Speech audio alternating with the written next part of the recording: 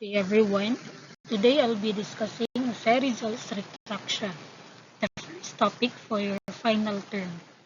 I know no for sure now you already have some background about Jose Rizal, but let me still give you some background about him. So who is Jose Rizal?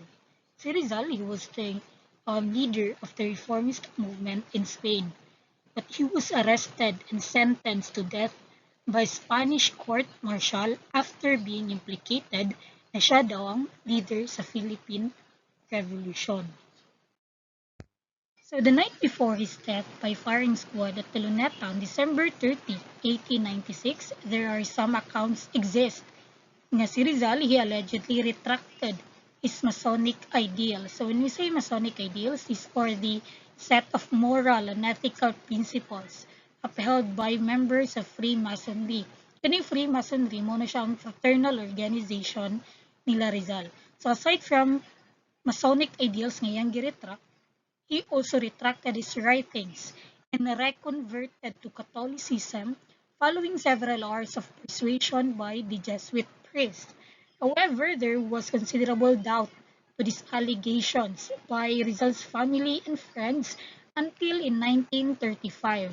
So the supposed retraction document with Rizal's signature was found. So muna siya nag-justify nga gi-retract ni Rizal ang iyang Masonic ideals, it's because na iyang signature. However, until today, the issue whether Rizal retracted or not and whether the document is forged or real is still subject of continuous debate between the historians and Rizal scholars alike.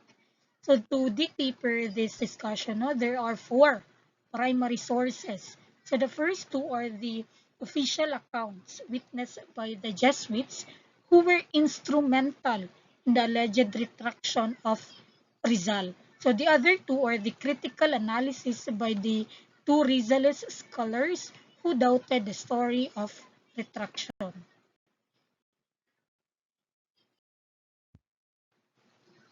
But before we proceed, I know no some of you here might be wondering what do you mean by retraction? Pasabutan ng retraction. So when we say retraction, it is a statement saying that something you said or wrote at an earlier time is not true or correct. So in this case, ibawi ni Rizal tanan ang iyang writings or iyang gingon as well as his ideals. So let's start with Father Vicente Balaguer. Siya ang isa sa mga instruments sa alleged retraction ni Rizal. But who is Father Vicente Balaguer? So he was one of the Jesuit priests who visited Rizal during his last hour in Fort Santiago and claimed that he managed to persuade Rizal to denounce Masonry and return to the Catholic fold. So when we say Jesuit priest, no, mo sila ang mga member of the Society of Jesus. Ining Society of Jesus, mo siyang Catholic religious order founded by Saint Ignatius of Loyola in the 16th century. So the formal name of this religious order kay Society of Jesus, then ang name silang mga members kay Jesuits.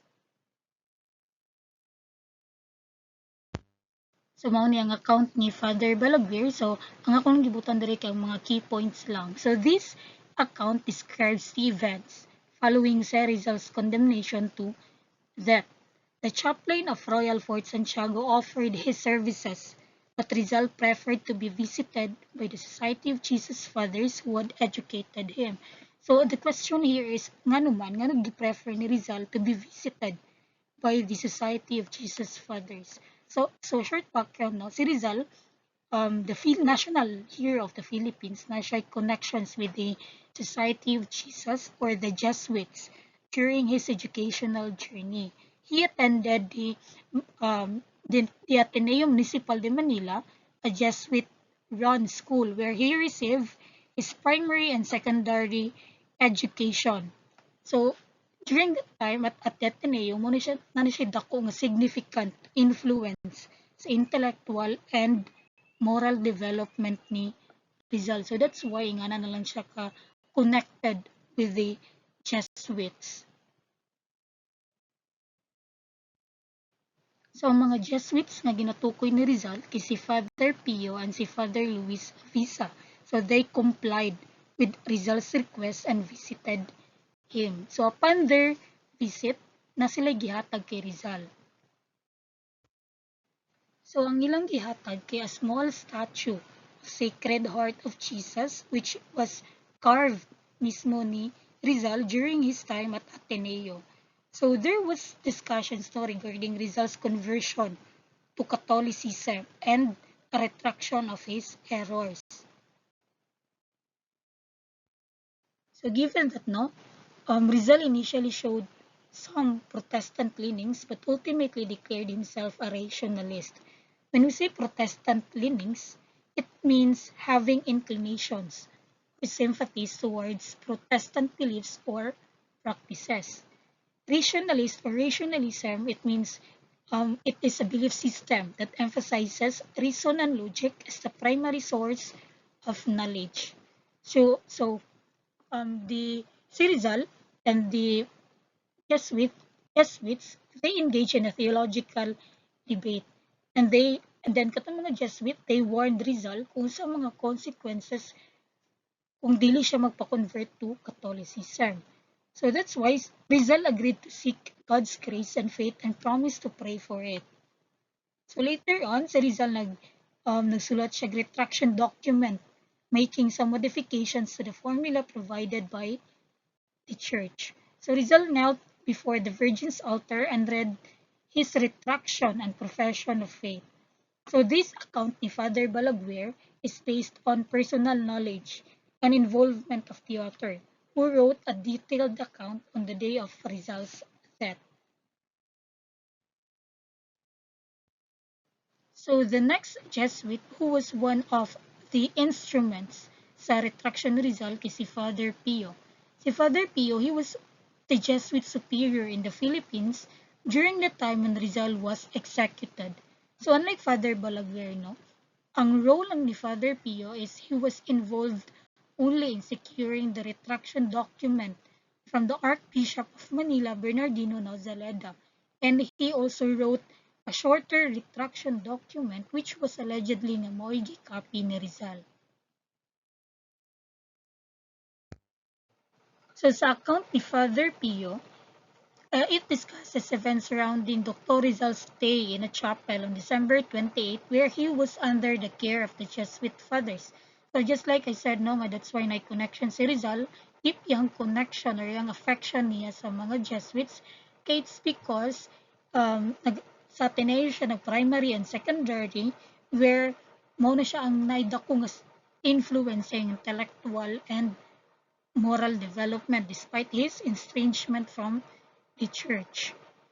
So the commission for Rizal's spiritual care came from Archbishop Nozaleda, and the Jesuits eagerly accepted it with the goal of reconciling Rizal with God and the church. So initially, no, there were difficulties sa pag-convince kay Rizal nga mag-convert to Catholicism, and they also undergo a long discussion mainly with Father Balaguer was required to revive his faith and Christian sentiments. Eventually, ni-surrender gyapon si Rizal and completely to conversion process, demonstrating religiousness and piety.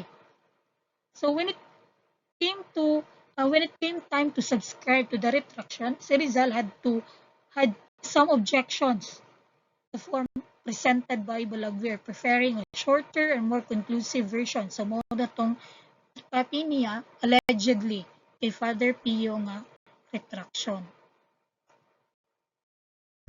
On ni Father Pio, it also discusses na si Rizal wrote and signed the retraction document in his own hand, introducing some modifications to make it appear more spontaneous.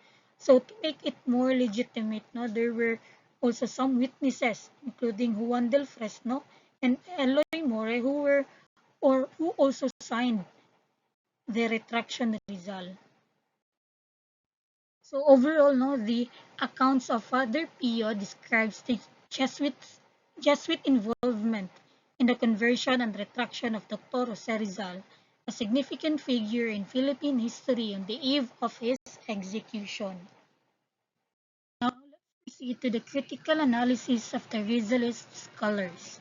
Let's first discuss Rafael Palma's analysis. Si kinsa man na si Rafael Palma. Si Rafael Palma he was a lawyer, writer, educator, and politician. Siya ang author sa libro nga Biografia de Rizal, a work on the life of the national hero which won a literary contest in 1938 sponsored by the Commonwealth government. So let's proceed sa iyang critical analysis, no? So these are just the key points sa iyang analysis. So iyang analysis discusses the controversy surrounding the conversion and retraction of Jose Rizal, a prominent figure in the Philippines' struggle for independence. Mentions now that those who initially spoke about Rizal's conversion were ecclesiastics. Some na ecclesiastics, muna siya mga priests or members of the clergy and mga friends ni Rizal, suggesting their partiality and interest in supporting the church narrative. However, the only impartial testimony which is fair and just the testimony comes from Taviel de Andrade, ano siya ang defense counsel ni Rizal. However, based lang po na ang iyang mga testimony sa mga hearsays, sa mga sabi-sabi lang, mga dunggan lang sa mga tao, and therefore, it is, kato siya nga, kana siya nga testimony, kay less reliable, meaning, dili siya nga na nga, katinuod.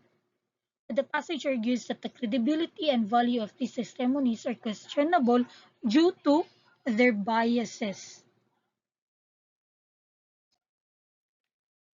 It also questions the continuous acts of the ecclesiastics authorities and the government. So, questionable po ang mga actions, authorities, sa government, suggesting nga kato siya nga mga actions, wala siya nag-align sa belief ni Rizal nga nagpa-convert siya to Catholicism.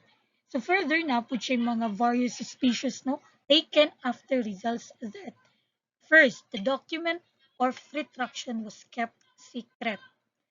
Second, Rizal's family's request for the retraction document and the certificate of canonical marriage were denied. Third, Rizal's burial was kept secret and his cadaver was delivered to a Catholic association instead of his family. No masses or Catholic funeral services were held for him. So kanino the night before his death, diba, Rizal allegedly converted to Catholicism with his signature pagani nga nagpa-convert siya to Catholic. So the question here is nganog walay mass, nganog walay Catholic funeral services after sayang sayahan ng pagkamatay. So aside from that, Rizal was not buried in the Catholic cemetery and his grave was unmarked. And the last was the entry in the burial records placed him among individuals who died impenitent. So man impenitent, it refers or it is an adjective that describes someone who is unrepentant or dili willing nga makafeel og remorse or regret for their actions, particularly in a religious or moral context. It also argues that there was no apparent moral motive for Rizal's conversion and questions na nganog iya pa mag-renounce ang iyang religious ideas for a few hours of his life. So wala daw moral motive nga nag-ipa-convert pa niyang kaugalingon to Catholicism, pila na lang man kauras na ibilin sa iyang kinabuhi. So it also suggests that Rizal's conversion was a pious fraud, orchestrated to make people believe that he had submitted to the church authority. So meaning pious fraud. Meaning ano niya, it refers to deception or dishonesty carried out with the belief that it serves a greater good, often a religious or moral one. So to make people believe daw that Rizal submitted willingly to the church authority. So the Archbishop and Jesuits are implicated in the conversion for political motives, aiming to bolster the prestige of the church at the expense of Rizal's reputation. So now this analysis reflects racial biases, racial biases man, and dismissive attitude towards Rizal, tungod si Rizal as an Indio. Something Indio, it is people. It refers to native or indigenous people of Filipino descent. So kani siya gina-term siya in the Philippines, particularly during the colonial period. So it implies now that his significance was less important compared to the interest of the religion and the church. So the last historian kay si Austin Coates. Austin Coates' interest in Jose Rizal began when he was Assistant Colonial Secretary and Magistrate in Hong Kong in 1950. His first study on Rizal was on the latter's year-long stay in Hong Kong, 1891 to 1892. So that time now, dili lang kay si Austin Coates ang naay interest kay Rizal. There are many personalities who knew Rizal, but and this early awareness on Rizal eventually led to the writing and publication. Si Austin Coates, ang iyang na-publish na book about Rizal is entitled Rizal, Philippine Nationalist and Martyr. Muna siya ang first Rizal biography written by a European since Vida y Escritos del Dr. Jose Rizal. Ang second book niya, or the second edition of the book, was published in the Philippines by Solidaridad Publishing in 1992. So now let's proceed to his critical analysis account ni Coates. So sa iyang analysis, it discusses the events following Jose Rizal's execution, during which newspapers in Manila and Madrid reported that Rizal had retracted his religious beliefs, iyang gi-abandon ng Freemasonry, and even married Josephine Bracken. So meaning ano niya, ang announcement sa retraction ni Rizal as well as his marriage was widely published, not just here in the Philippines, but as well as or even sent to Spanish consulates abroad for maximum publicity. And it also mentioned that there was no signed letter of retraction from Rizal, knowing in just one signature, mo na siyang makadaot sa iyang reputation, and he believed he had nothing to retract. The passage suggests that the Jesuits who were responsible for his spiritual care did not believe in his retraction, as they did not provide him with a Christian burial after his execution. So kanang yung gingon ganina nga kung nagpa-convert si Rizal willingly to Catholicism, then nga wala siya gi-provide ng Christian burial after sa iyang execution. So si Balaguer, who claimed Rizal's retraction and authored an account of the events, damaged the church case by unwittingly revealing his own fraud. So meaning yarang gidaot ang image sa church through sa iya tapong sariling atik. And he did not mention Rizal's composition to the Ultimo Adios, suggesting na wala doon siya na nga time. And ang Ultimo Adios mo siyang pinakalenting nga poem. And it's quite impossible na nga makabuhat si Rizal og nga nakataas nga poem nga knowing nga gamay na lang ang iyang oras bago siya patiyon.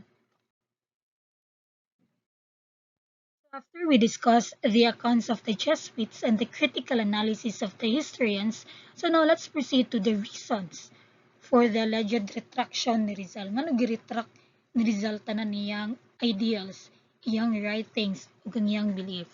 So una, to save his family and town from further persecution.